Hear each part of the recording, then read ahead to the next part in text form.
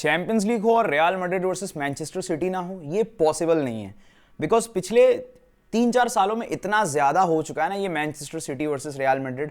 Almost हर Champions League में हमें ये मैच कंफर्म देखने को मिलता है, और कोई फिक्सचर हो ना हो, सिटी वर्सेस रियल मैड्रिड किसी ना किसी पॉइंट पे आगे हमें देखने को मिलता ही है। लेकिन अगर हम पिछले 4 साल के रिजल्ट्स निकाल के देखें ना, तो जितने भी मैचेस हुए हैं, सिर्फ एक 4-0 वाली जो विक्ट्री थी ना सेमीफाइनल में, जिस सीजन मैनचेस्टर सिटी ने यूसीएल टाइटल जीता था अपना, उसके अलावा ना आपको किसी भी मैच में कोई ऐसी विक्ट्री देखने को नहीं मिलेगी कि जिसके अंदर ना मैनचेस्टर सिटी ने डोमिनेट किया है। अगर किया भी है तब भी रियल मैड्रिड ने तरीके हमेशा ढूंढे हैं सरवाइव करने के। ज्यादातर रियल मैड्रिड का पलड़ा भारी रहा है अगेंस्ट मैन सिटी, लेकिन कल रात जो हुआ ना, वो रियल मैड्रिड फैंस अपनी आंखों पे भरोसा नहीं कर पा रहे कि सैंटियागो बर्नाबाउ के अंदर मैनचेस्टर सिटी उनको पेल के गई। बहरहाल, hello boys and girls, welcome back to the 12th man. अगर आप लोगों ने चैनल को सब्सक्राइब नहीं किया तो सबसे पहले तो चैनल को सब्सक्राइब कर लो एंड वीडियो को लाइक जरूर करना। बिना टाइम वेस्ट किए सीधा मुद्दे पे आते हैं। तो इस मैच से पहले ये भी स्पेकुलेशंस थी कि शाबी अलोंसो को इस मैच के बाद सैक किया जाएगा। बहरहाल, अब तक तो ऐसा कोई डिसीजन नहीं आया है,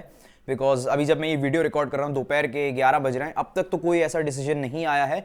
लेकिन अगर ऐसा सच में होता है तो ये काफी ज्यादा शॉकिंग रहेगा। क्या ये सिर्फ मैनेजर की गलती है, प्लेयर्स की गलती नहीं है? इसके ऊपर मैं बाद में आऊंगा, लेकिन सबसे पहले ना मैं बात करता हूं रियल मैड्रिड की लेगेसी के बारे में। जब आपकी एक लेगेसी होती है ना, तो उसको मेंटेन करना और ज्यादा मुश्किल होता है, एंड रियल मैड्रिड के साथ वही केस है। बिकॉज पिछले 11 सालों में real Madrid is the only team जिन्होंने 6 चैंपियंस लीग टाइटल्स जीते हैं। जो उनका बुरा रन होता था ना, जैसे कि अगर आप लोगों को याद हो 2021-22 में सिटी क्लियर फेवरेट्स थी, जो कमबैक उन्होंने किया वो नेक्स्ट टू इम्पॉसिबल था।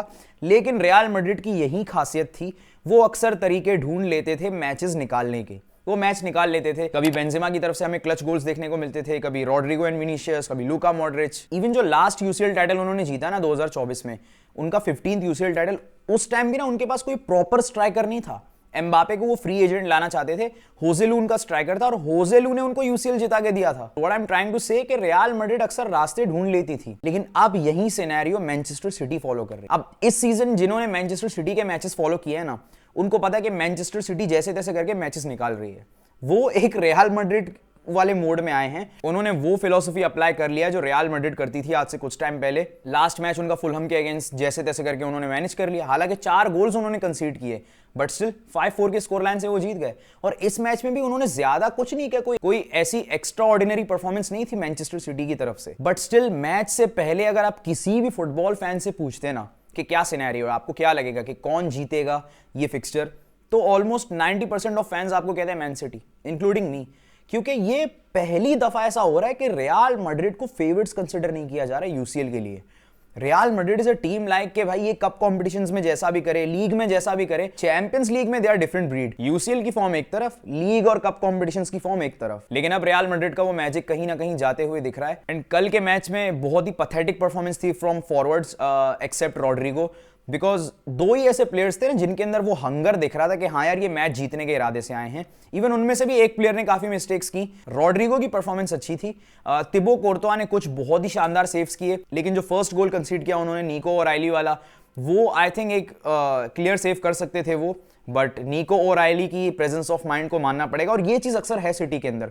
सिटी के प्लेयर्स में जितना प्रेजेंस ऑफ माइंड मैंने देखा ना ड्यूरिंग द गेम, उतना मैंने किसी भी क्लब के प्लेयर्स में नहीं देखा पिछले 3-4 सालों में। और इस सीजन तो एज आई सेड कि सिटी कुछ ना कुछ करके मैचेस निकाल लेती है, वो रास्ते ढूंढ लेते हैं अपने लिए। और जो एक प्रेशर क्रिएट था ना रियल मैड्रिड के ऊपर, स्टार्ट से, शुरू से ही सिटी उनको प्रेस कर रही थी बहुत ज्यादा, बॉल पोजीशन होल्ड कर रहे थे, वो पासेस काफी अच्छे थे मैनचेस्टर सिटी के अगर मैं स्टार्ट की बात करूं। बट उस सिचुएशन में भी रियल मैड्रिड ने स्टार्ट में थोड़ा सा दिखाया था ये एफर्ट कि हम ये मैच जीतने के इरादे से आए हैं, बिकॉज विनीशियस के पास 1v1 चांस था अगेंस्ट द गोलकीपर, लेकिन जैसे तैसे करके उन्होंने जो है ना चांस पे हक दिया, और Ruben Dias defended very well. और विनीशियस ने तो आज बहुत सारे चांसेस मिस किए, काफी सारे क्रॉस उसके बेकार थे, फिनिशिंग बहुत ही ज्यादा पुअर थी विनीशियस की इस मैच में।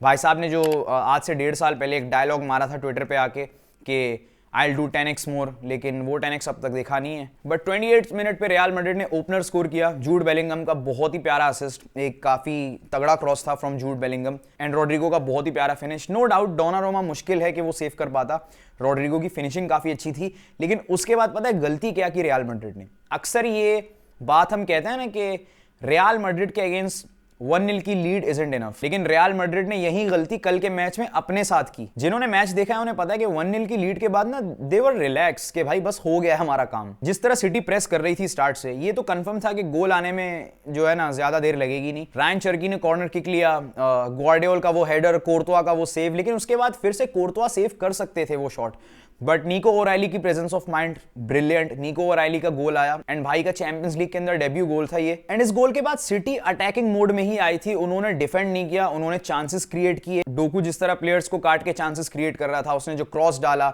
एंड वहां पर रूडिगर ने आई डोंट नो क्यों ये बचकानी हरकत की, बिकॉज ठीक है ये काफी बचकाना बंदा है, इसकी हरकतें ऑफ द पिच ऐसी हैं, इवन ऑन द पिच भी ऐसी हरकतें हैं इसकी कि बंदे को गुस्सा आ जाता है, बट स्टिल मुझे नहीं पता ड्यूरिंग द मैच इसकी ये क्या हरकत थी। भाई तू रेसलिंग खेलने आया क्या हालैंड के साथ? भाई साहब ने हालैंड के साथ बॉक्स के अंदर ही फाउल कर दिया, और जिसकी वजह से मैनचेस्टर सिटी को एक पेनल्टी मिली, and no doubt it was a deserving penalty, and Erling Haaland scores, and उसी की वजह से उन्होंने मैच भी जीता।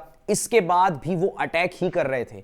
सिटी ने ये काम नहीं किया कि भाई अब हमने जो है ना 2 गोल्स मार दिए हैं, 1-0 की लीड हो चुकी है, बिकॉज उन्होंने मैड्रिड के अगेंस्ट काफी सारे मैचेस खेले। हर सीजन चैंपियंस लीग में real Madrid versus Manchester city होता ही है। उनको पता है कि रियल मैड्रिड की फिलॉसफी क्या है, और वो ये अच्छे से जानते हैं कि 1-0 की लीड इनफ नहीं है रियल मैड्रिड जैसी टीम के अगेंस्ट। तो इसीलिए सिटी की तरफ से हमें चांसेस क्रिएट होते हुए देखने को मिल रहे थे, क्रॉसेस आ रहे थे, एंड स्पेशली एक पॉइंट पे तो हालैंड का वो शॉट जो कोर्तवा सेव करता है, एंड अगेन चर्की जब शॉट लेता है, अगेन कोर्तवा सेव दैट शॉट। काफी तगड़ा डबल सेव था फ्रॉम थिबो कोर्तवा।